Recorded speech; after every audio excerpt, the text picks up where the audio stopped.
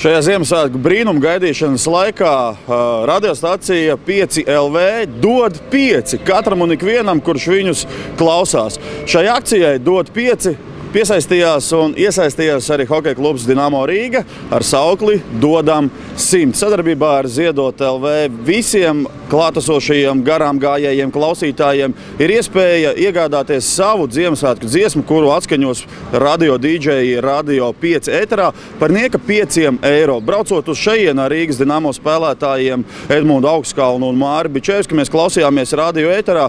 Viena meitene noziedoja, ticiet vai ne, bet veselus 500 eiro, lai iepriecinātu vientuļos sirmgāļus ar Ziemassvētku dāvanām 10 eiro apmērā un uzliktu viņas visiemīļātāko dziesmu. Rīgas Dinamo šeit ieradās ar savu Dod 100, proti mēs 100 vientuļos sirmgāļus 7. janvārī arēnā Rīgā aicināsim pilnīgi iespējams pirmo reizi apmeklēt hokeja maču ar Rīgas Dinamo līdzdalību, kad pretiniekos atkal kārtējo reizi jau būs Helsinku Jokeriti. Nu ko, dārgie draugi, šis laiks ir Ziemassvētku, ir brīnumu gaidīšanas laiks. Iedodiet 5 arī jūs, gan Radio 5 ēterā, gan arī Rīgas Dinamo mājas spēlēs. Mēs dodamies ciemos!